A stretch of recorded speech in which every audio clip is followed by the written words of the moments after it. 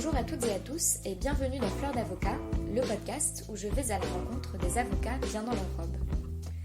Avant de vous présenter mon invité du jour, je voulais vous faire part ici de l'inauguration le 3 décembre prochain de la première édition des rencontres Fleurs d'Avocat auditeurs. Ces rencontres seront l'occasion pour moi de vous rencontrer, mais aussi pour vous de rencontrer les invités du podcast et de vous rencontrer entre vous. Cette première édition est tout à fait improvisée et informelle, comme je ne sais pas trop à quoi m'attendre, et pour le moment, le lieu n'est pas encore confirmé, mais ce sera à Paris, de 19h30 à 21h30, ou plus, et très probablement dans un bar à Châtelet. Je peux aussi vous dire que Valérie Collin, Antoine Delacarte et Zoé Poin, les invités des 3 premiers épisodes de Fleurs d'Avocat, seront présents. Si vous vous sentez l'âme aventureuse et souhaitez être de la partie, je vous invite à vous inscrire au meet-up dédié pour recevoir les informations complémentaires et pour que je puisse avoir une idée du nombre de personnes qui seront présentes.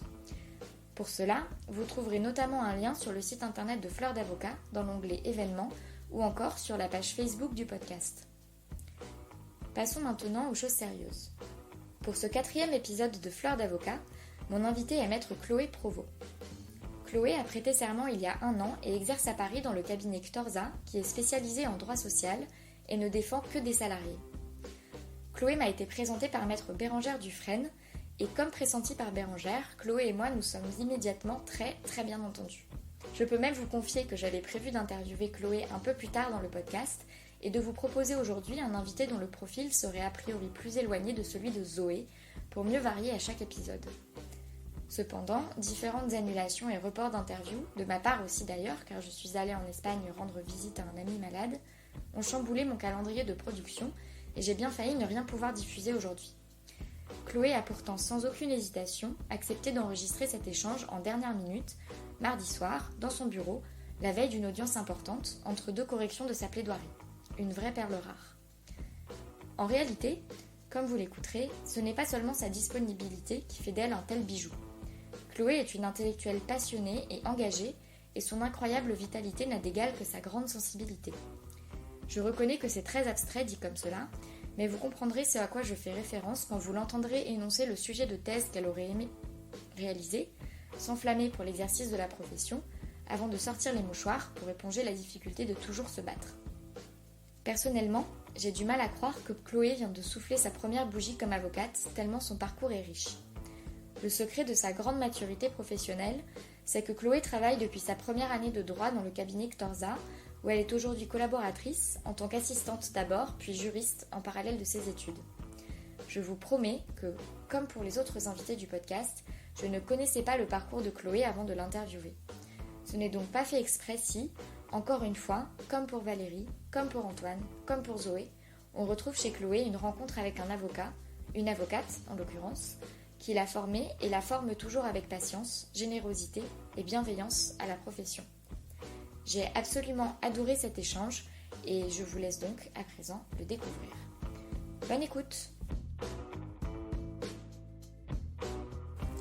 Bonjour Chloé, bienvenue sur Fleurs d'Avocat. Bonjour Ella, merci de m'avoir invitée. Alors Chloé, raconte-nous comment est-ce que tu es devenue avocat? C'est une très belle question à laquelle c'est pas évident de répondre nécessairement. Je suis pas devenue avocat parce que je l'envisageais depuis longtemps. Je suis rentrée dans les études de droit, je suis rentrée à la fac après un échec cuisant avec APB. APB, le système d'admission post-bac, ouais, qui a été remplacé par Parcoursup cette année. Mais à mon époque, c'était la première année où APB avait été installé dans les lycées. Et donc, je faisais partie de la promo qui était l'année de test. Et donc, j'avais pas compris quelques fonctionnalités que je passe parce que c'est pas particulièrement intéressant, mais je me suis retrouvée en première année de droit à la fac de Nanterre. Et je voulais pas faire du droit parce que je suis issue d'une filière S et j'aimais beaucoup les sciences et j'avais envie de faire de l'astrophysique. Ce qui n'a rien à voir, mais c'était ce que j'avais envie de faire. Passionnée par l'espace depuis tout petite, mais ça tu peux pour le montage. Et je me suis retrouvée en première année de droit, je savais pas ce que je faisais, j'y ai mis les pieds en me disant bon bah c'est une année de fac, très bien. En plus, j'étais sortie du bac, je savais pas trop quoi faire, si ce n'est l'astrophysique que je poursuivais par passion, mais sans savoir où ça allait déboucher, mener sur une carrière. Donc je suis arrivée en première année de droit et je suis suis arrivée, j'aimais pas ça. Je suis arrivée en droit, je comprenais pas. Je pense que c'est parce que j'ai pas eu des profs qui ont été suffisamment attentifs, parce que les premières années, c'est très dissipé, c'est très difficile à motiver et à intégrer. Donc je me suis totalement perdue. J'ai pas révisé, j'ai eu de très mauvaises notes au partiel. Je suis arrivée au rattrapage et j'avais pas forcément envie de continuer, de recommencer une deuxième première année de droit. Et en fait, ce qui a été un déclic, c'est que j'ai travaillé pendant un mois d'été. Comme on aurait fait un petit boulot, j'ai eu la chance d'avoir un cabinet avec des avocats que je connaissais personnellement qui m'ont proposé d'intégrer en tant qu'assistante, de prendre les agendas et le téléphone, juste pour commencer, parce que c'était du pur secrétariat, du pur administratif, que tout le monde peut faire, et de me payer pour ça pour un été. Et j'ai dit, ok, très bien, parce que j'avais rien trouvé d'autre, je suis un peu flemmarde, donc tant mieux. Et je suis arrivée dans ce cabinet, et là, j'ai eu un gros déclic. Parce que j'ai vu ce que c'était le droit, à quoi ça servait d'avoir des clients. C'était pas moi qui faisais le travail de l'avocat, mais j'ai été en confrontation directe avec les clients. La vie du cabinet, les clients. Et ce que le droit apporte, ce que ça peut faire. Et ça a été un déclic, et donc je me suis dit, ok, c'est bon, le droit c'est pour moi. Bon, je me suis plantée au rattrapage quand même, ça n'a pas empêché parce que je n'avais pas révisé, mais je me suis dit, ok, je vais poursuivre. Je suis arrivée sur ma première année de droit, et là, c'était comme sur des roulettes. C'était pas évident, hein, j'ai pas eu des notes fulgurantes, mais j'étais intéressée, passionnée plus ou moins, mais vraiment intéressée, où j'avais envie. Et donc là, c'est parti comme ça pendant des années, jusqu'à ma 3e année de droit, où en fait, il y a un truc qui est né, où je voulais faire dans l'enseignement. Je voulais passer une thèse et je voulais faire de l'agrégation, passer l'agrégation de droit. Parce qu'il y a une matière, c'était le régime général des obligations, qui ne plaît pas à tout le monde. Mais moi, ça m'a passionnée. Et alors là, pour le coup, j'utilise le mot passionné à dessein. J'ai adoré la logique qu'il y avait derrière, la mise en œuvre de la règle de droit dans le droit cambiaire, les choses comme ça. C'était un gros kiff. Et je me suis dit, je veux faire de la recherche parce que j'aime cette pureté intellectuelle qu'il y a dans le régime général des obligations, qui s'applique aussi, hein, mais la logique pure qu'il y a derrière. Donc, je me suis renseignée pour passer une thèse, l'agrégation, tout ça. Puis j'ai parlé avec des enseignants, avec des maîtres de conf, avec des profs qui m'ont dit c'est une très belle idée, qui m'ont donné des conseils et qui m'ont conforté dans l'idée que je voulais faire ça. J'arrive à avocat, je fais mon master 1, j'ai des notes catastrophiques. J'ai mon master 1 avec un 10,02 ou quelque chose comme ça, où tout le monde me dit si t'as pas au moins 14 en M1, tu n'auras pas de bon master 2. Et j'étais, en fait, moi, je ne sais pas ce que c'est un bon ou un mauvais Master 2. Je sais juste que j'ai envie de faire de la recherche, maintenant, dans n'importe quelle matière juridique. Alors, toujours avec cet idéal de recherche, mais sans avoir de matière qui m'intéressait plus que d'autres. J'aimais bien le droit des affaires, j'aimais bien le droit social, j'aimais bien le droit international privé, mais pas de droit en particulier. Et en fait, à Nanterre, il y a un Master 2, qui est un Master 2 de théorie et d'analyse du droit, qui est une matière que j'avais suivie dans mon parcours les années précédentes, et là, qui avait été encore plus passionnante encore que le régime général des obligations, parce que ça touchait à de la théorie du droit. Qu'est-ce que c'est le droit ? Et on va le découvrir comme un objet d'étude, comme une science empirique, et on va essayer de comprendre ce qui se passe dedans. Et pour moi, c'était absolument parfait, parce que c'était ça que je voulais faire. Et donc, je suis allée dans ce Master 2, avec l'idée de prolonger le Master 2 par une thèse et un sujet de recherche en droit. Pour des raisons X et Y, et notamment qui tiennent à des querelles d'université, j'ai pas pu faire de thèse. Et donc là, je me suis dit, ok, j'ai pas envie de passer une année à rien faire après, je suis dans mon élan, je veux déboucher sur une thèse, mais j'ai peur de ne rien avoir à faire l'année prochaine. Donc, ce que je vais faire, c'est que je vais présenter d'autres Master 2 après le premier que je faisais en théorie du droit, d'autres Master 2, et en plus, je vais passer le CRFPA. Et c'est là qu'à la fin de l'année, j'ai pas eu de thèse, mais j'ai été reçue en Master 2, un deuxième Master 2 en droit des assurances, et en plus, j'ai passé le CRFPA que j'ai eu. Et c'est comme ça que je me suis retrouvée avocate. Le fait d'être avocat, c'est pas quelque chose que j'excluais, parce que pour moi, je pense pas qu'il y ait une profession à suivre et à garder. On peut très bien poursuivre ses objectifs en se disant, Je peux exercer dans l'enseignement, je peux être avocat, je peux très bien devenir juriste, avoir des activités à côté, associatives, s'engager pour des causes, peut-être, je sais pas, faire de la politique, créer une entreprise, une legal tech, enfin... Tu te voyais faire plein de choses, en fait. Je me vois toujours faire plein de choses. Avocat, j'adore ça, mais c'était pas une finalité, c'était un moyen de mettre en œuvre des choses qui me tiennent à cœur aujourd'hui. Et... Ça répond à la question ? Ouais, je pense que ça répond à la question. C'est très long de savoir pourquoi je suis devenue avocat, mais c'est comme ça que ça s'est fait. Et donc tu passes le CRFPA, tu décides de poursuivre dans cette voie-là, plutôt que dans un deuxième Master 2 en droit des assurances. Alors, donc je me retrouve à la fin de mon Master 2 de théorie du droit.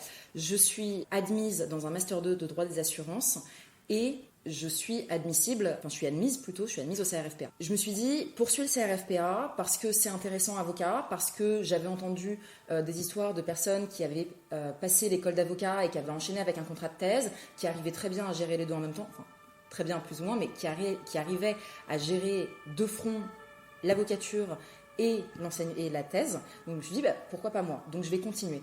Donc j'ai fait mon Master 2 en droit des assurances, toujours avec cette idée que je voulais faire une thèse. Parce qu'en fait, pendant mon Master 2 en théorie du droit, j'avais défini un nouvel objet d'étude sur lequel je voulais absolument faire de la recherche, qui était un sujet à la croisée des mondes entre le droit de l'environnement, la théorie du droit, la science politique, la philosophie et l'économie. C'est-à-dire ? C'était la capitalisation des services écosystémiques. Où en fait, comment est-ce qu'aujourd'hui on capitalise la nature pour lui donner une place dans la société. La nature n'existe pas en elle-même, elle n'existe que par un filtre que nous, humains, on peut concevoir dans un système capitaliste, à savoir par des valeurs économiques. Et donc en fait, la nature, c'est un environnement, c'est des écosystèmes, et ces écosystèmes produisent des services dont on bénéficie en tant qu'être humain, comme respirer ou profiter de l'eau potable, pas potable, comment est-ce qu'on la purifie. Donc ces écosystèmes fournissent des services, et ces services, il y a des économistes qui se sont penchés sur le sujet pour savoir combien coûtaient ces services. Si c'était une entreprise, combien est-ce que ça nous coûterait, ou des choses comme ça. Et toi, tu voulais faire une analyse juridique de ces aspects-là. Exactement. Je voulais m'intéresser à la capitalisation de la nature en tant que notion, en tant que concept, et faire une thèse où l'objectif, ça aurait été de redéfinir un contrat environnemental un peu comme Michel Serres l'a fait, très bien fait d'ailleurs, et essayer de le croiser avec d'autres champs de compétences qui auraient été l'économie, interroger la place de l'économie et pourquoi forcément envisager sur un système capitaliste, un système philosophique, pourquoi est-ce qu'il faut penser dans l'anthropocène, où en fait pourquoi est-ce que l'humain serait la donnée invariante et après tout gravite autour plutôt que de détruire ce système qu'on nous impose. Et avec la théorie du droit, quelles sont les études des normes qui existent aujourd'hui en droit de l'environnement pour sauver la nature, des choses comme ça. C'était tout ça que je voulais faire et c'était très ambitieux. Et donc en fait, je pense qu'avec le recul, je n'aurais jamais pu faire tout d'un coup. Il aurait fallu que je me donne... Que tu t'engages à 100%. Non, ouais, c'est ça que je... Dévoue. Exactement, que je me dévoue à 100% à la recherche dans ces matières et sur mon sujet de thèse. Et je ne l'aurais pas fait en 5 ans ou quelque chose comme ça, je ne sais pas ce que j'en aurais fait, mais c'était un sujet qui me tenait particulièrement à cœur. Et donc, je me suis dit, bon, je vais quand même essayer de continuer avec ce Master 2 en droit des assurances, qui avait l'avantage, par une société mutualiste, de voir... Ça devient un peu compliqué là, mais tu me diras si tu coupes ou des choses comme ça. Ouais. Mais où en fait, l'avantage du droit des assurances, c'était de savoir... On assure aujourd'hui les risques humains pour les humains. Et on assure les humains contre les risques environnementaux, notamment. Moi, ce qui m'intéressait, c'était de savoir comment est-ce que les assurances peuvent prendre en charge le risque humain pour la nature. Donc, c'était de renverser la perspective de protection de l'environnement avec le droit des assurances. Bon, le problème, c'est que le master était très mal... Je pense qu'il n'y a aucun master de droit des assurances en fait, qui s'occupait de ça parce qu'ils ne peuvent pas t'expliquer, il n'y a pas une matière pour la protection de la nature, tu vois, genre par les assurances. C'était du dommage corporel, de l'assurance vie, tout sauf ce que je voulais faire. Et donc là, je me suis totalement perdue. Et donc en fait, j'ai totalement abandonné le projet de thèse en plein milieu du Master 2 et j'ai continué le CRFPA. Mais comme le CRFPA, ça m'allait très bien parce que avocat, comme je disais, c'est un moyen de mettre en œuvre des choses auxquelles je crois, plutôt qu'une finalité. Je me suis dit que je pouvais très bien continuer avec le CRFPA plutôt qu'avec l'enseignement. Non pas, mais je n'exclus pas du tout aujourd'hui revenir à l'enseignement un jour. Alors, j'ai fait mon IEJ à Nanterre, donc je dépendais de l'EDAC, qui est l'école d'avocats des Hauts-de-Seine, et donc j'y suis allée parce que c'est plus petit que le FB, donc c'est plus intimiste. Bon, l'avantage, c'est que les profs nous connaissent, donc on ne peut pas trop sécher, mais à part ça, je suis allée à l'EDAC sur les Hauts-de-Seine. Pendant, du coup, l'école, tu fais des stages. C'est très compliqué. Mais c'est pour ça qu'on est là. En fait, c'est pas si compliqué que ça. Mais ce qui est difficile, c'est qu'avec les questions que tu me poses, en fait, je dois faire des recoupements qui donnent pas trop de cohérence chronologique à mon parcours. Et en réalité, il y en a une très grande. Une fois, pour mon stage final de l'école d'avocat, j'ai passé un entretien dans un cabinet d'avocats. Et quand la fille m'a reçue, l'avocate m'a reçue, elle a regardé mon CV et elle m'a dit mais vous avez quel âge ? Parce que votre CV est beaucoup trop impressionnant. Hein. Et je ne sais pas si c'était un compliment. C'était trop compliqué, tu rentrais pas dans les cases. Oui, parce qu'elle a ajouté très impressionnant. Mais aucune cohérence, hein, aucune. Et donc, ces recoupements, dis-moi. Et donc, ces recoupements où en fait, j'ai fait très peu de stages. J'ai fait un seul stage dans tout mon parcours universitaire. Parce qu'en fait, ce cabinet dans lequel j'ai travaillé un mois entre mes 2 premières années, m'a gardé. Ils m'ont proposé au fur et à mesure, ils trouvaient que je travaillais bien. Puis c'était facile pour eux parce que je coûte moins cher que quelqu'un de qualifié. Et j'ai appris sur le tas. Donc en fait, ils m'ont gardé. Ils m'ont proposé de revenir à temps plein, à temps partiel, en fonction du calendrier universitaire. Et j'ai travaillé avec eux de ma première année de droit jusqu'à mon 2e Master 2. Donc en fait, j'ai fait 7 ans avec eux, en salarié. Comme ça, j'avais de quoi me payer mes études, j'avais de quoi me payer ma vie, d'assurer les factures tous les mois, donc il n'y avait aucune difficulté, c'était parfait. Le rythme était un peu intense par moment, mais rien de difficile, et surtout, ils étaient très compréhensifs, donc j'avais vraiment la possibilité de faire mon emploi du temps. Et donc en fait, je n'ai pas fait de stage, puisque j'ai fait mes stages avec eux. C'est super. C'est génial. Ça a dû nourrir tes études aussi, intellectuellement parlant. Ça a nourri mes études, et notamment en procédure civile, parce que quand on sait de quoi ça parle, oui, c'est quand même beaucoup plus facile. Et beaucoup plus intéressant. Et surtout très intéressant, évidemment, bien sûr. Je ne réfléchis pas qu'en fonction de la facilité. Tu ne réfléchis jamais en fonction de la facilité. Je pense que cette idée de projet de thèse que tu viens de nous exposer en est la preuve. Et dis-moi, donc tu remplaces tes stages par juriste. Exactement. Tu finis l'école. Je finis l'école d'avocat. Alors, comme ça faisait longtemps que j'étais dans ce cabinet et que c'est quand même c'est un cabinet qui est très, très spécialisé, c'est un cabinet de niche. Pour mon stage final de l'école d'avocat, j'ai fait le choix. Le cabinet m'avait proposé de le faire chez eux et j'ai fait le choix d'aller voir ailleurs parce que je me suis dit, bon, on va quand même pas se marier en ayant goûté qu'un seul pot de confiture. Donc, j'ai présenté des CV dans plein de cabinets pour essayer de trouver un stage en me disant, bon, tu as fait du droit des assurances, donc essaye de chercher en assurance, mais en même temps, comme mon cabinet, ça faisait 7 ans que je travaillais dans le droit social et que je commençais un peu à comprendre les ficelles sans avoir jamais suivi un cours de droit du travail, j'ai présenté des CV aussi en droit du travail. Et c'est un cabinet en droit du travail qui m'a téléphoné en me disant, bon, bah, on voudrait vous rencontrer, très bien, un cabinet spécialisé côté employeur.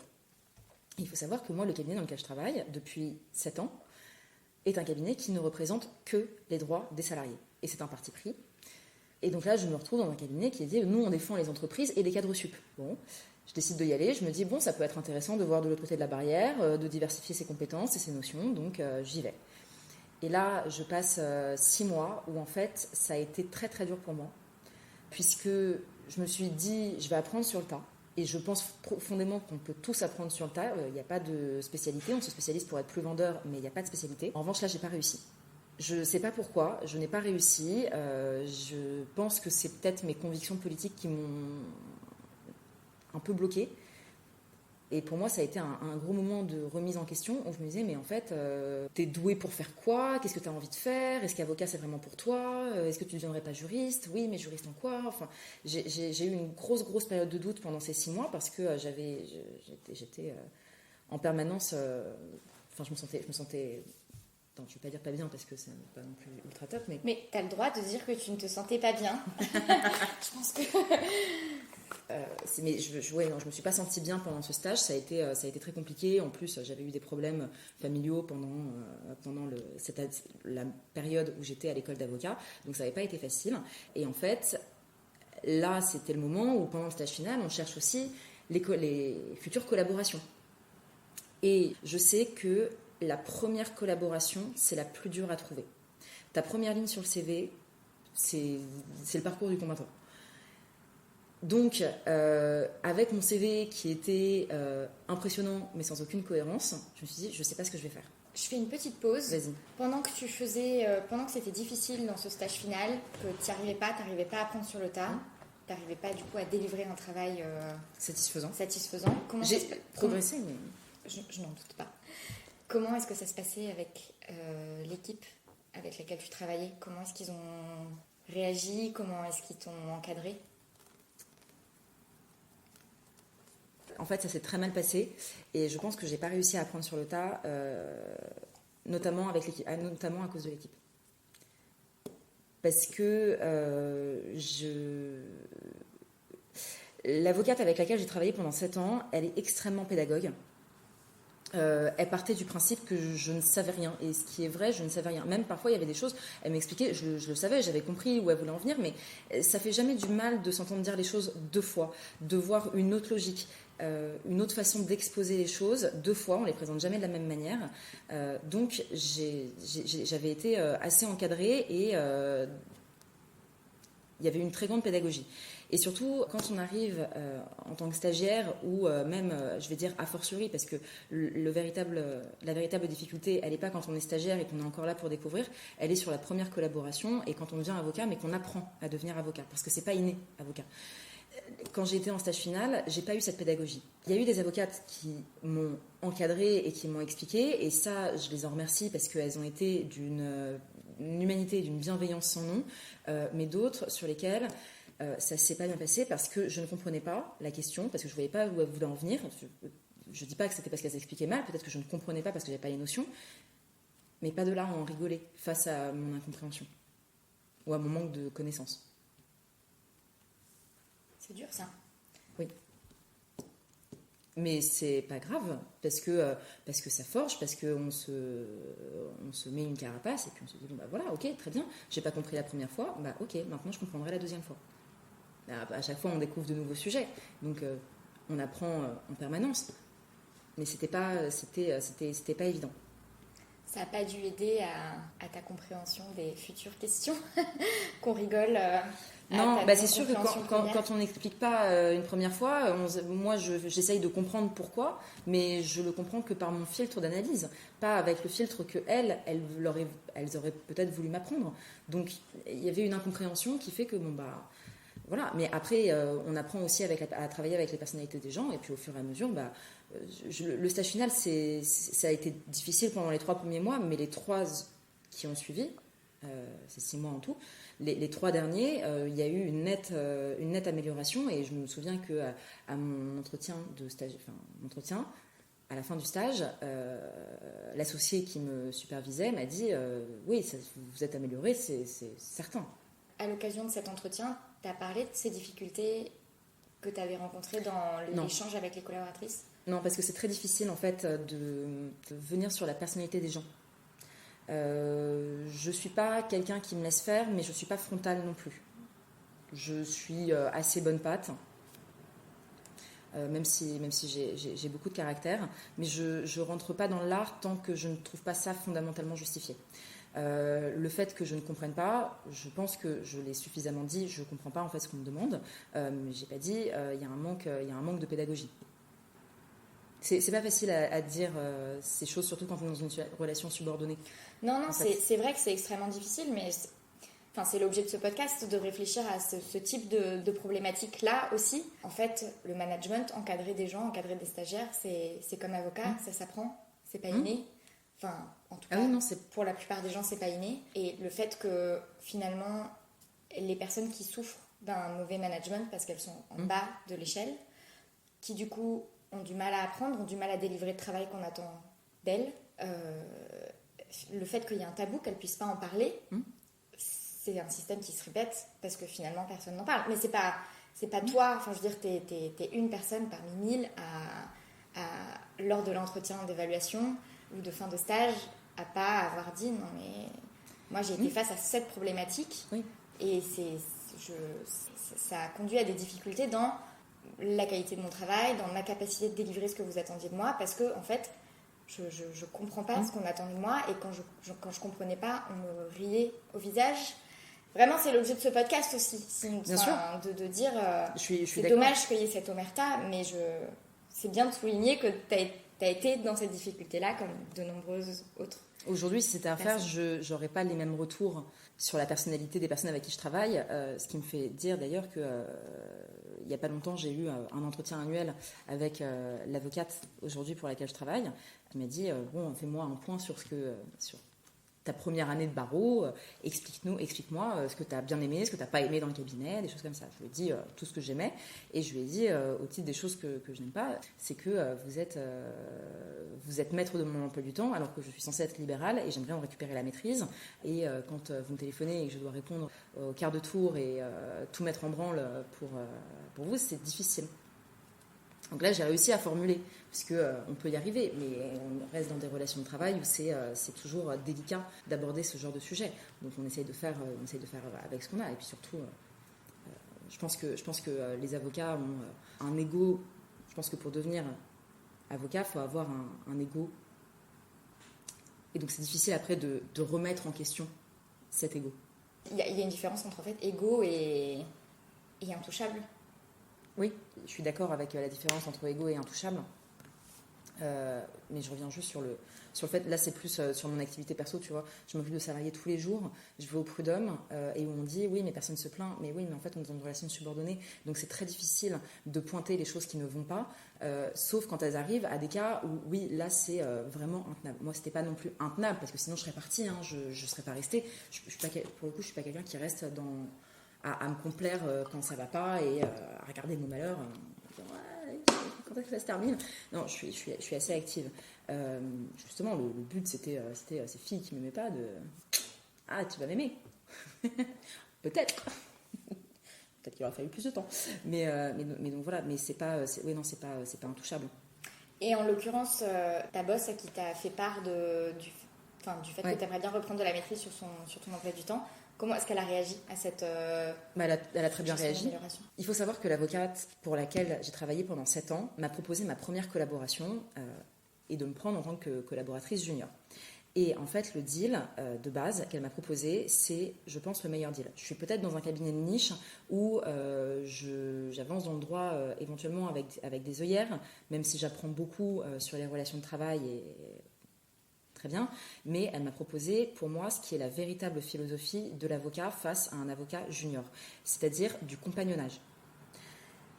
Elle me forme, mais elle me forme vraiment pas à la spécialité qu'elle exerce, mais elle me forme à être avocate, à avoir la bonne position d'avocat. Qu'est-ce que ça veut dire être avocat aujourd'hui? Si je défends, comment est-ce que je défends? Pour les intérêts de mon client, c'est quoi les intérêts de mon client? Et ça, c'est la plus belle philosophie. Parce que j'y adhère, parce que je ne serais pas restée aussi longtemps avec elle si j'y adhérais pas, mais c'est une très très belle philosophie d'apprentissage et de pédagogie.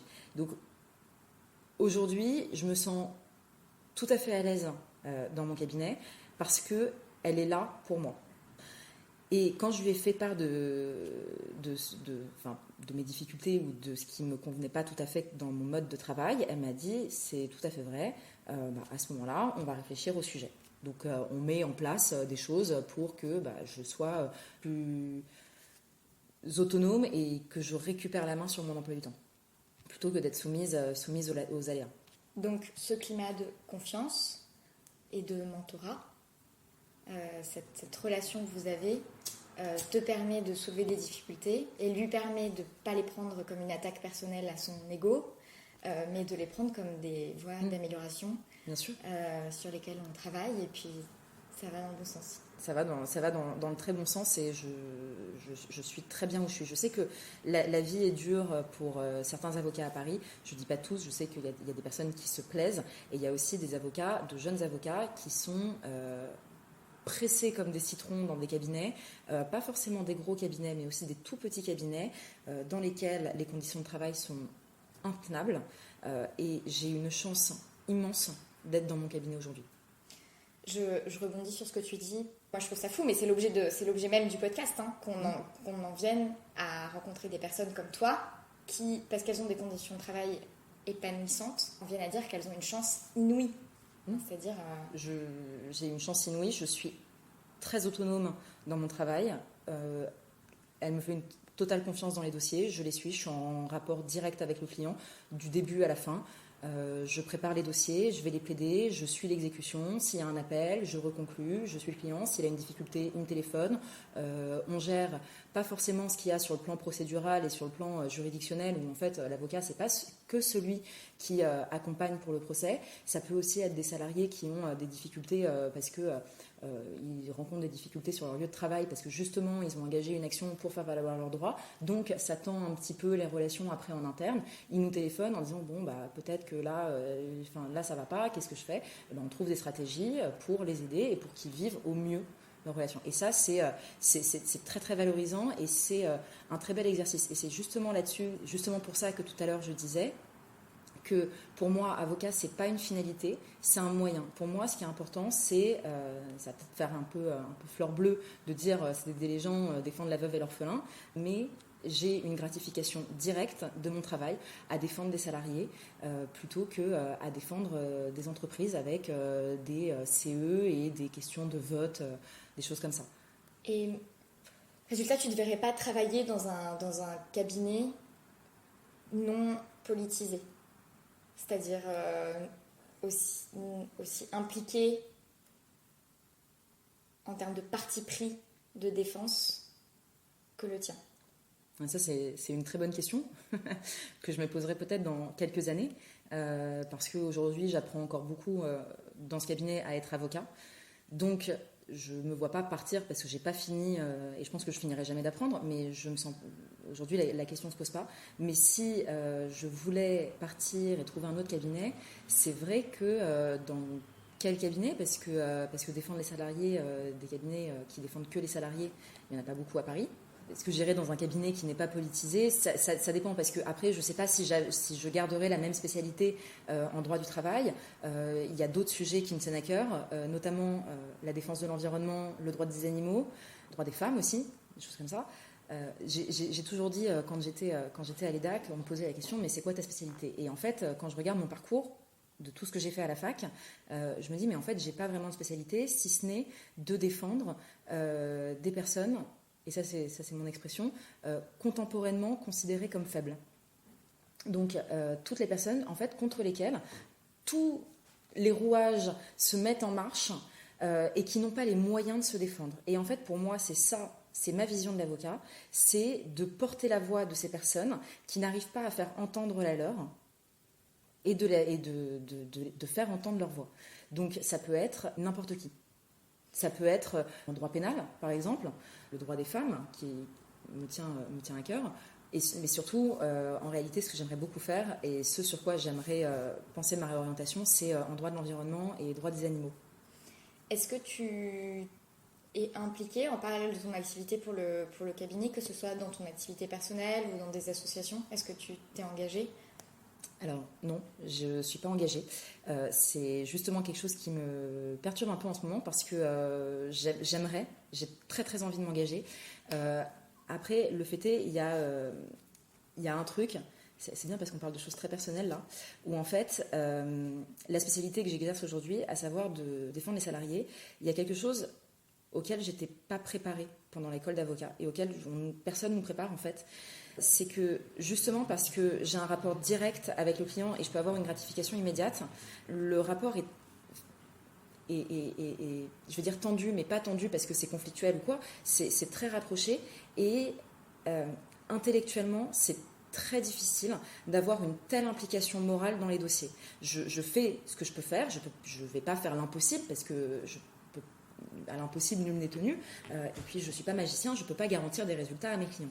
Mais en fait, quand c'est un salarié qui va mal dans son travail et qu'il y a les moyens juridiques de l'aider à aller mieux, mais qu'en fait, tout le système se met en branle contre lui et qu'il faut se battre contre l'avocat adverse, contre le juge pour avoir envie de donner raison au salarié, en fait, il y a une implication à laquelle je n'étais pas préparée.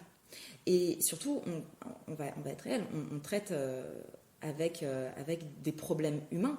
Et donc, quand on a tous les jours des personnes, parce que l'avocat, c'est traiter avec les problèmes des gens, et quand on traite avec des problèmes, mais qui sont des problèmes aussi proches, parce qu'on les voit, parce que je sais que mes clients ont des problèmes et qui m'appellent et qui me le disent, c'est très difficile. Et en fait, je prends une charge sur moi qui n'est pas la mienne. Il faut que j'apprenne à faire ça, à mettre de la distance avec mes dossiers. Mais cette implication, je n'étais pas préparée et ça me prend beaucoup d'énergie. Et je ne sais pas encore comment gérer ça. Donc je pense que c'est le temps, c'est l'expérience, c'est l'exercice. Et donc en réalité, le temps libre que j'ai après le cabinet, c'est très difficile de trouver l'énergie de vouloir s'engager dans quelque chose d'autre. J'ai envie d'aller militer avec L214, qui est une association de défense des droits des animaux. J'ai très très envie, mais je sais que les sujets auxquels ils sont confrontés sont très durs, notamment parce qu'on m'a proposé d'être juriste bénévole pour eux. Et en fait, je sais que les choses auxquelles ils touchent, c'est pour moi encore plus dur que des salariés intellectuellement. Et je ne suis pas encore tout à fait prête à faire ça, donc je n'ai pas cet engagement qui viendra. Il n'y a aucune difficulté, mais il faut absolument, je pense que c'est important de se reposer aujourd'hui. Comment est-ce que tu te ressources ? Je fais beaucoup la fête. Je fais beaucoup la fête, je vais pas me mentir. J'ai besoin de sortir, de m'occuper l'esprit, de pas penser, parce que avocat, c'est un métier aussi dans lequel où en fait on sort du cabinet et on n'en sort pas vraiment. On part avec les problèmes, on pense demain qu'est-ce que je vais faire, comment est-ce que je peux. Et je réfléchis tout le temps à ces dossiers et parfois ça m'arrive de me réveiller en plein milieu de la nuit en me disant oh, mon Dieu, il faut que j'ouvre un dossier, il faut absolument que je fasse ça. Bon, c'est une idée de merde, mais c'est pas grave, c'est en plein milieu de la nuit, mais on part avec ça. Donc j'ai besoin de beaucoup d'activités. J'ai besoin d'avoir souvent l'esprit occupé, donc je regarde des films, des séries, je lis beaucoup. Je lis beaucoup de philosophie environnementale, notamment. Et surtout, je fais quelque chose aujourd'hui qui me tient particulièrement à cœur, parce qu'après avoir fait mes études en travaillant en tant que salarié dans un cabinet, aujourd'hui, je travaille dans un cabinet libéral, pas salarié, j'insiste sur ce point. Je suis avocat libéral dans un cabinet et donc je me dis que je peux continuer mes études en parallèle. Et donc à côté, je suis toujours étudiante à la fac et je poursuis des études de philosophie à distance avec l'objectif de me spécialiser en philosophie environnementale.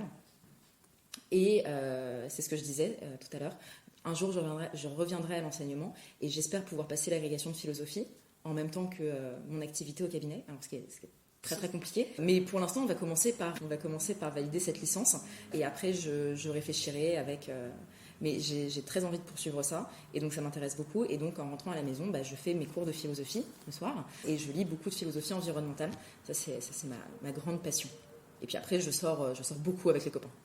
J'adore parce qu'à la question voilà je sors du cabinet, là en ce moment j'ai pas le temps, j'ai pas l'énergie Surtout, j'ai pas l'énergie de me plonger dans d'autres causes. Qu'est-ce que tu fais pour te ressourcer ? Je passe une licence de philosophie. À distance. En fait, je souligne quand même parce que ça me semble assez honorable. Non, mais en fait, c'est l'énergie de se battre. C'est très dur là.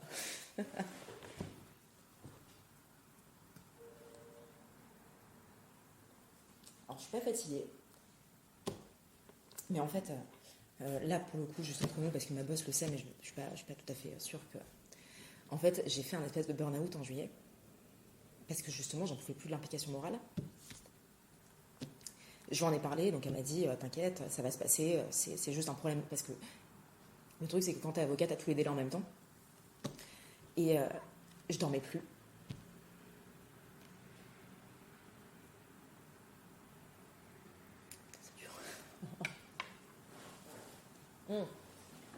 Et t'inquiète, on est équipés.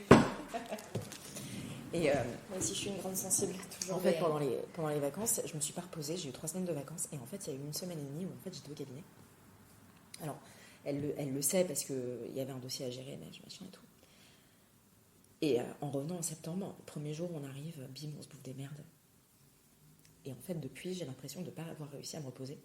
Et en fait, le truc, c'est que se battre, c'est super dur. Alors, j'ai l'énergie, j'ai les épaules pour. Mais quand je me dis, putain, je me bats pour ça, c'est dur, tu vois.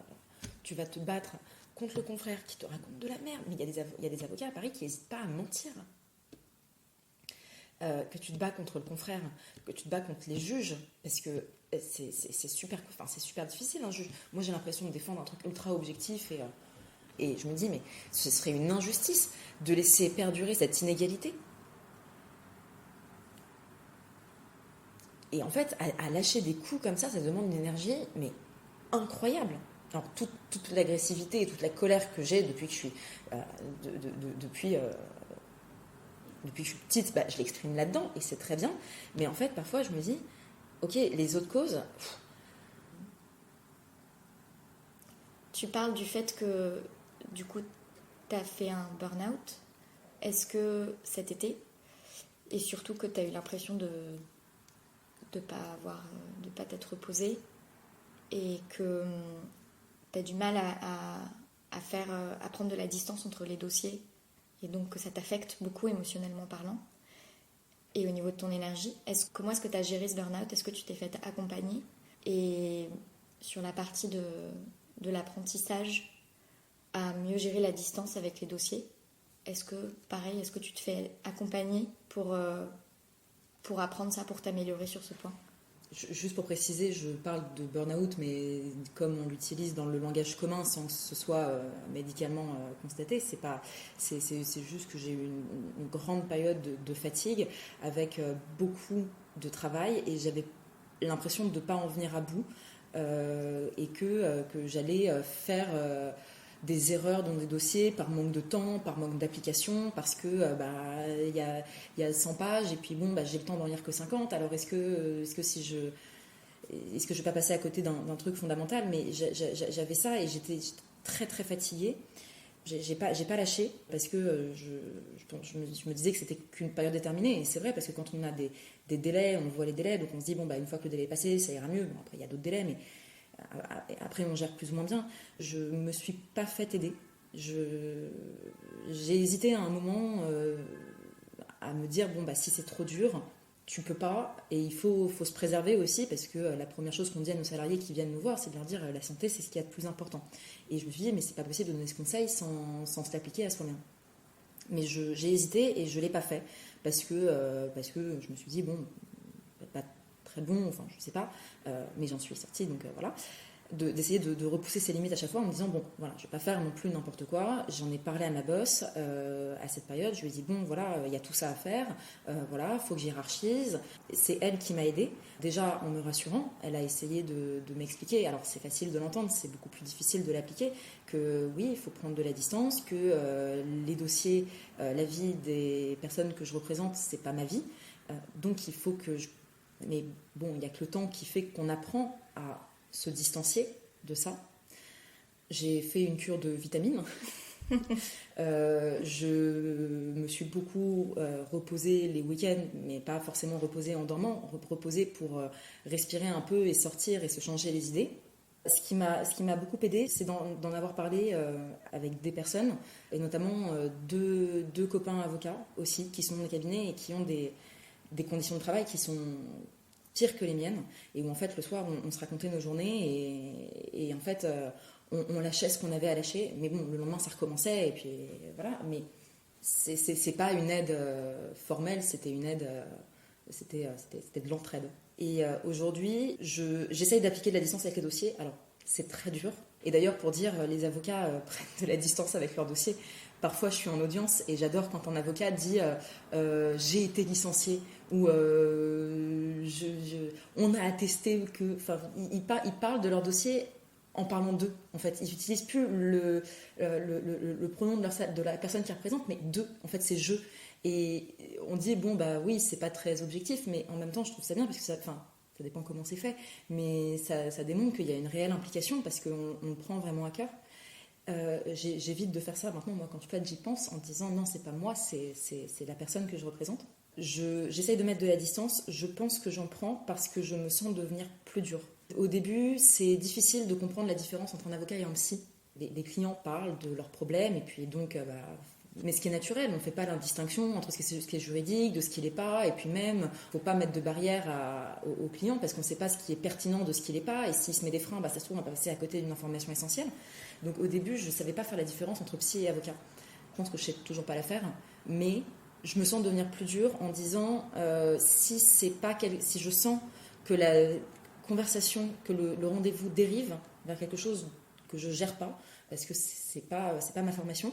Je dis bon, d'accord, ok, je mets pas une ferme, hein, je les écoute, je les accompagne, ok, mais je recentre le débat. C'est pas facile, mais j'essaye. Et c'est là que je dis que je me sens devenir plus dure, parce que j'ai l'impression d'avoir qu'une seule idée en tête et d'être un peu moins attentive, enfin non, pas moins attentive, mais d'écouter que ce qui m'intéresse. Peut-être que j'aurai d'autres solutions qui vont apparaître plus tard. Pour l'instant, j'ai celle-là. Je te pose cette question parce que dans le premier épisode de Fleur d'avocat, j'ai invité Valérie Collin, qui défend aussi des particuliers. Et elle explique qu'elle, pour gérer toutes ces difficultés plus de relationnel avec les clients, de communication et plus psychologique, en fait, elle a eu recours à une association qui s'appelle Balint.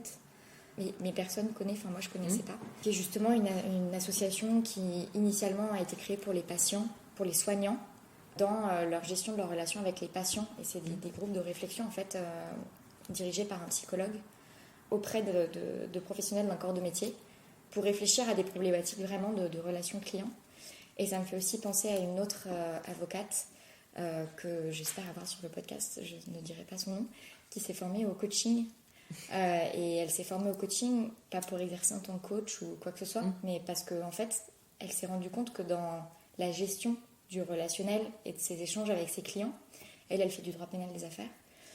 Enfin, c'était plus efficace, quoi, pour elle. Donc voilà. Mais en fait, je trouve que trop peu d'avocats et de jeunes avocats ont conscience que après la fac, il y a encore de la formation. Et c'est pas juste de la formation sur les nouveaux délais de la prescription, ou que c'est de la... Et des outils, en fait, qu'ils ont, des ressources qu'ils ont pour gérer ça. Donc c'est pour ça que je te pose la question. Je sais que ça existe.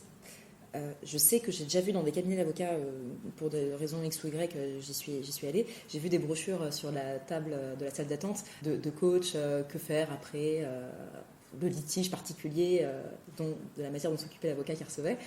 Je sais que ça existe. Je n'ai pas eu l'intérêt de m'y intéresser pour me faire coacher, parce que aussi ma boss est un bon coach, je pense, parce que c'est pas, je suis assez volontaire par nature, je suis fainéante comme tout le monde, hein, j'aime la procrastination, mais je suis assez volontaire, et donc en fait les conseils qu'elle me donne aussi, c'est pour me recentrer, et donc je pense que ça marche plutôt bien. Après, coach, ouais, pourquoi pas.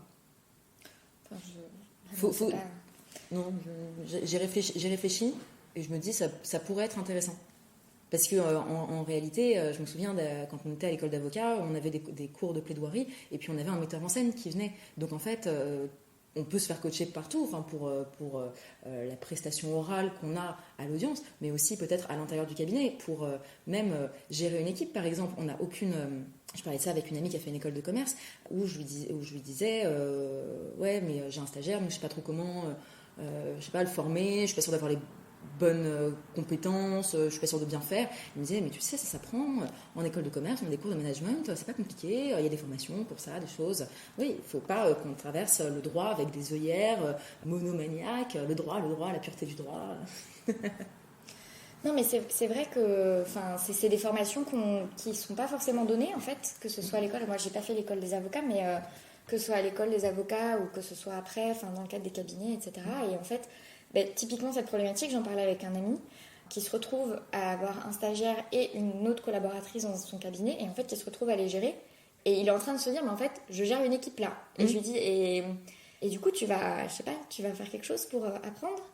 Et il disait, non, mais là, j'ai pas le temps. Et je lui disais, oui, mais c'est une roue. Enfin, tu fais ce que tu veux, mais ça s'apprend aussi. Oui. Mais c'est contrairement aux écoles de commerce pour lesquelles, effectivement, c'est des compétences qui sont prises au sérieux en tant que compétences propres.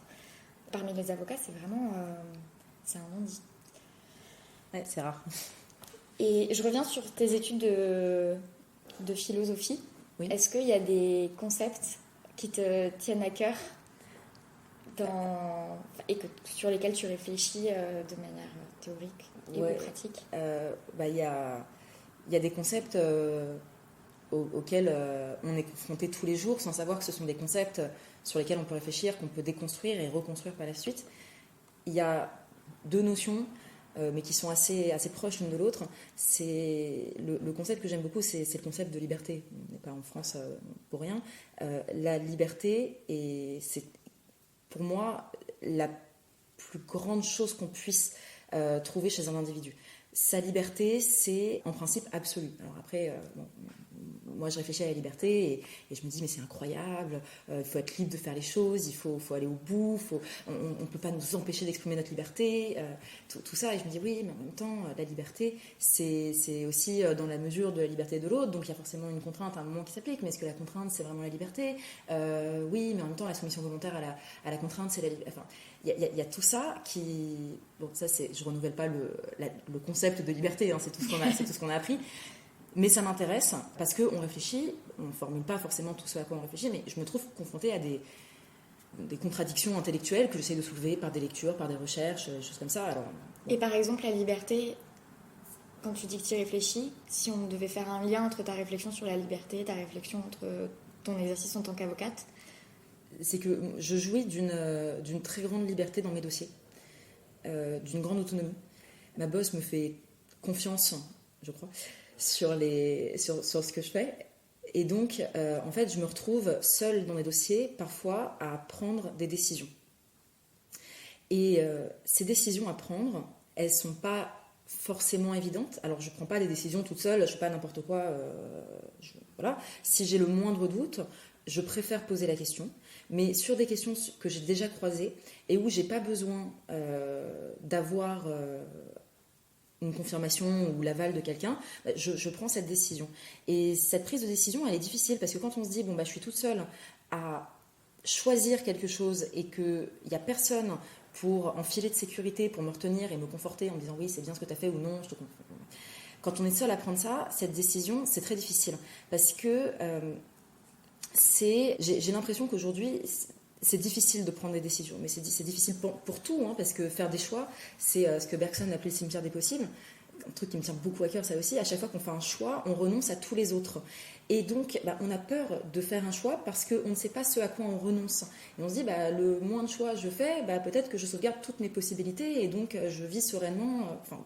ou du moins c'est comme ça que moi j'ai expérimenté à un certain moment et je me suis dit mais je veux pas vivre dans cette espèce d'état larvesque où je prends pas de décision, où je repousse l'échéance, où j'y arrive pas. J'aime faire les choses, j'aime quand les choses ont un début, quand elles ont une fin et on y va. Et après on passe à la suivante et ainsi de suite. Donc je prends des décisions en permanence et ce concept de prise de décision qui est difficile, qui peut être difficile, ça m'intéresse beaucoup parce que on prend des décisions et qu'est-ce qui va se passer après? Il va y avoir des conséquences. Mais ces conséquences, elles ne sont pas forcément néfastes. Si elles ne sont pas celles qu'on veut, à ce moment-là, on reprend une décision sur ces conséquences. Et ainsi de suite. Ou en fait, à chaque fois qu'on prend une décision, on a peur des conséquences. Non, il ne faut pas en avoir peur, il faut les accepter. Et puis si ça ne va pas, à ce moment-là, on recommence. Et puis ainsi de suite, jusqu'à avoir une solution qui nous satisfasse. Et ça j'aime beaucoup. Et ce qu'un ami a traduit, synthétisé par la formule... Carpe diem, gère plus tard, que j'aime beaucoup parce que ça décomplexe beaucoup de se dire si je prends une décision, c'est pas grave, je verrai avec les conséquences plus tard. Peut-être qu'il n'y aura pas de conséquences, peut-être que tout se passera bien. Et puis si les choses se passent mal, c'est pas grave, on aura essayé. Et puis la prochaine fois, on ne refera pas la même chose, et ainsi de suite. Ça, c'est pour mes décisions sur lesquelles je me sens safe. Si j'ai une décision à prendre sur laquelle je me pose des questions, je ne suis pas tout à fait sûre, la porte de ma boss est toujours ouverte et on en discute et on voit. Et pour les grosses décisions, à ce moment-là, on fait une réunion avec tous les avocats et puis à ce moment-là, on discute des choses. Mais cette logique que j'ai apprise au cabinet, que j'ai acquise, je me dis, je pourrais la transposer à d'autres choses. Ça me fait penser au fait que quand je disais le cimetière des possibles et je prends le moins de décisions possibles, je crois que le fait d'avoir fait mes études, travaillé en même temps, d'avoir voulu faire du droit des affaires, du droit social, du droit de l'environnement, de la philosophie, de plein de choses, de la théorie, tout ça, je me suis dit, en fait, c'est un moyen pour moi de ne pas faire de choix. Et si j'avais pu prendre toutes les matières qu'on enseignait, je l'aurais fait parce que je n'aurais pas eu à faire des choix. Tu choisis quoi entre droit international privé et puis, je sais pas, droit pénal des affaires. Il faut faire un choix là, et puis on n'a pas forcément envie. Si on est intéressé par les deux, non, on nous impose des choix. Donc je me suis dit, voilà. Donc toutes les matières que j'ai pas pu apprendre, je les découvre par moi-même. Est-ce que tu as l'impression qu'il y a des choses qui te sont plus accessibles? Ah oui, plein de choses. Il y a plein de choses qui me sont plus assez accessibles. Par exemple, l'innocence que j'avais quand j'étais étudiante, je ne me rendais pas compte au moment où je l'étais, mais je me dis qu'aujourd'hui, je ne retrouverai pas l'état dans lequel j'étais d'innocence, plutôt insouciance, de faire ce que j'ai envie de faire, le monde m'est encore accessible, tout m'est ouvert, je peux choisir ce que je veux faire. Et je me dis, mais aujourd'hui, je travaille, j'ai un loyer à payer, et je me dis, bon, je peux pas revenir à cet état d'insouciance où c'est pas grave, on fait les choses, ah oui, mais on peut changer d'avis du jour au lendemain, c'est pas grave, ça n'engage que nous, tout ça. Ça, je pense pas que je le retrouverai. Mais en même temps, je réfléchis et je me dis, bah oui, mais cet état, t'étais dedans, mais t'en étais pas consciente. Donc, est-ce qu'aujourd'hui, de la même manière, je suis pas dans un état dont je ne suis pas consciente, que dans 10 ans, je me dirais, ah oui, mais tes premières années de collaboration, c'était pas la même chose. Et donc, je me dis, en fait, il faut que je profite. Donc, oui, il y a des choses qui me sont fermées aujourd'hui, mais je me dis, mais en même temps, la vie, elle est longue, donc je peux encore faire des choix. Donc, peut-être que ce que j'ai l'impression d'être fermé aujourd'hui, ce sera ouvert plus tard. Peut-être que je vais poursuivre la philosophie, faire une thèse, si j'y arrive, si je veux, je sais pas. Voilà, là, je retrouverai le moment l'envie de l'enseignement. Et donc, je raccrocherai les wagons. Et finalement, ce ne sera pas perdu. Et donc, ce ne sera pas inaccessible. Donc, en fait, c'est plus une question d'insouciance qu'une question d'avoir l'impression qu'il y a des portes qui te sont fermées. T'as pas l'impression que ces portes, elles sont fermées à clé. T'as quand même la sensation de pouvoir les ouvrir si tu le souhaites. Parce que, moi, quand je t'écoute, j'écoute plutôt quelqu'un, j'ai plutôt l'impression que ton expérience et toutes ces réflexions... elle t'ouvre beaucoup de possibles.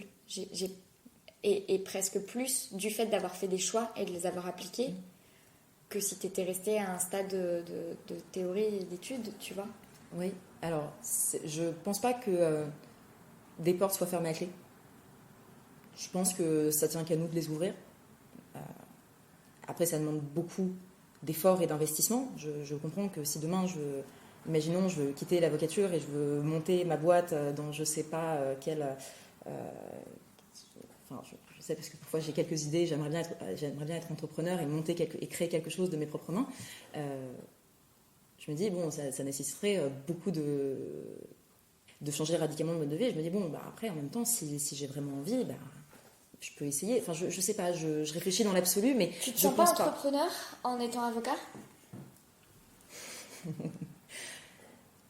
Tout à l'heure, tu insistais sur le fait que tu étais libéral et pas salarié. Oui, c'est tout à fait vrai. C'est-à-dire que je travaille beaucoup parce que j'ai une grosse activité où je me bats déjà beaucoup dans les dossiers toute la journée et que j'ai du mal à m'engager le week-end dans des trucs dans des causes qui me tiendraient à cœur. Moi, j'ai qu'une envie, c'est d'aller manifester avec M214, mais c'est difficile. Donc, c'est déjà, avec ce que je fais au cabinet, c'est difficile pour moi d'avoir envie de développer ma clientèle personnelle parce que je rajouterais par-dessus. Donc, mais au-delà de la clientèle personnelle, je me sens pas autant je me sens pas entrepreneur parce que je n'ai pas quelque chose à moi. Je suis libérale et je suis mon petit cabinet dans un plus grand cabinet qui me délègue des dossiers contre une rétrocession. Ok, mais je ne me sens pas auto-entrepreneur dans le sens où c'est ma définition à moi, c'est de créer quelque chose de moi toute seule. Donc non, je me sens pas entrepreneur en tant qu'avocat. Je me sens libérale, je me sens indépendante, mais pas entrepreneuse. À défaut de te sentir entrepreneur au sens de l'activité économique du terme, est-ce qu'il y a des choses que tu aimerais entreprendre dans la profession? Ah oui, il y a plein de choses que j'aimerais entreprendre. J'aimerais beaucoup m'engager pour les étudiants, parce que je trouve qu'avocat, c'est un métier formidable, mais qu'on découvre trop tard.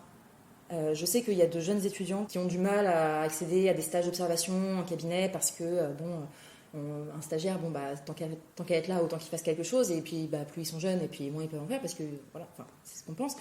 Moi, je pense pas.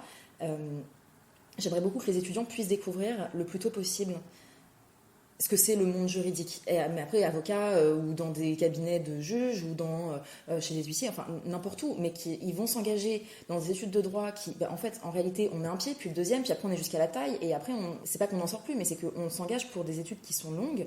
Et je me dis, mais si ça ne plaît pas, si ce monde ne plaît pas, autant s'en rendre compte le plus vite possible. Donc, s'il y a des étudiants qui sont intéressés et qui veulent faire des stages, moi, j'aimerais bien, je sais pas, je réfléchis comme ça dans l'absolu, en me disant j'aimerais bien trouver des moyens de m'engager pour eux et de leur permettre de faire des stages dans des cabinets, je sais pas, avec des cabinets que je connaîtrais qui auraient besoin de quelqu'un, et puis peut-être même expliquer à des personnes, faire naître des vocations de pédagogie, de transmission chez des avocats qui sont déjà en exercice mais qui pensent pas, qui voient pas trop l'utilité d'avoir un stagiaire.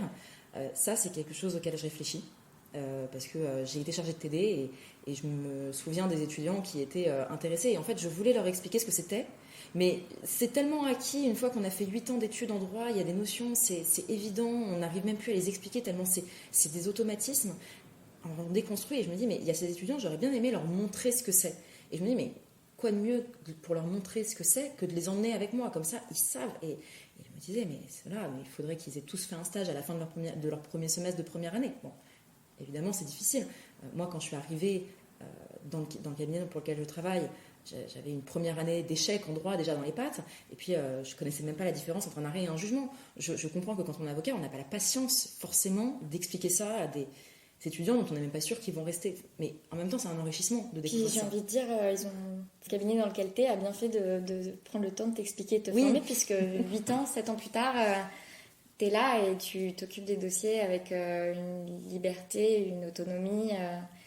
Il y a une confiance qui est énorme, donc quelque part ils ont capitalisé sur toi. Exactement, et je pense que c'est bien, et j'aimerais bien qu'il y ait beaucoup d'étudiants qui fassent ça, parce qu'en plus ça m'a permis de vivre. Mon cabinet m'a salarié, donc j'ai pu vivre normalement, j'étais très bien, je payais des coups à tous les copains parce que moi j'ai gagné un peu d'argent et eux un peu moins, donc c'était financé cool. Tes études en plus, c'est très démocratique comme c'est cool, système. Donc j'étais déjà autonome à 18 ans et tout. Il y a autre chose dans lequel je voudrais m'engager, c'est... déjà, j'aimerais beaucoup m'engager pour l'environnement et les animaux. Je ne sais pas comment un jour je réussirais à faire du droit de l'environnement, mais c'est un truc qui me passionnerait. Apprendre sur le tas et tout, bon, ça serait pas facile, mais ça m'intéresse beaucoup. Monter une association, défendre les animaux, ça s'appellerait la SPA, quelque chose comme ça. Je leur enverrai un lien vers le podcast s'ils ont besoin de quelqu'un pour un dossier, on ne sait jamais. Je capitalise les services écosystémiques et je défends les chatons dans les refuges. Ce qui est un peu antinomique. Enfin bon, ça c'est autre chose. Et après, j'aimerais bien m'engager pour la profession, m'engager dans les instances représentatives.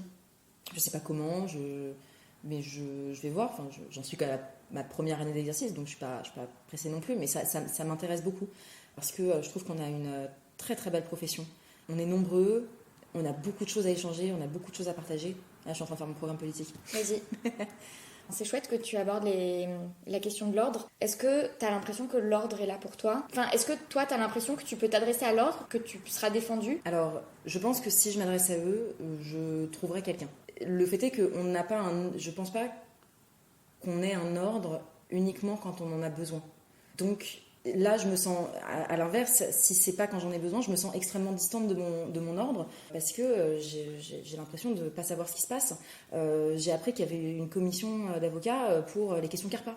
Je savais même pas que ça existait. Il y a plein de choses où en fait c'est extrêmement obscur. Alors je découvre évidemment, mais j'ai l'impression que c'est un fonctionnement qui est un peu obscur. On sait pas trop ce qu'ils font. En même temps, j'ai pas les liens, mais il n'y a pas beaucoup de communication. Ça tient qu'à moi de m'y intéresser parce que je pense que c'est accessible, mais je pense qu'il faut aller chercher et pas juste quand c'est les élections pour le bateau. Avec Chloé, nous avons oublié le micro et cette discussion sur l'ordre et la profession d'avocat s'est poursuivie pendant encore longtemps, c'est-à-dire jusqu'à ce que nous nous séparions dans le métro, ce qui explique que je n'ai pas réussi à isoler une clôture formelle de l'épisode. Ces sujets sont intéressants, cependant j'ai choisi de largement couper par souci de longueur, mais aussi car il me semble qu'ils s'éloignent trop du cœur du sujet de Fleurs d'avocat et qu'ils sont développés sur d'autres tribunes. Au fait, je voulais aussi vous dire que l'audience de Chloé s'est bien passée. Enfin, si vous avez aimé l'épisode, n'oubliez pas de laisser un commentaire et des étoiles sur iTunes ou votre application podcast, à m'envoyer un mot doux, à envoyer un mot doux à Chloé et à en parler autour de vous. Vos critiques négatives sont également les bienvenues, bien sûr. Merci pour votre écoute et à la semaine prochaine pour un 5e épisode de Fleur d'avocat, qui sera cette fois avec un avocat, une avocate en l'occurrence, qui a quitté la profession.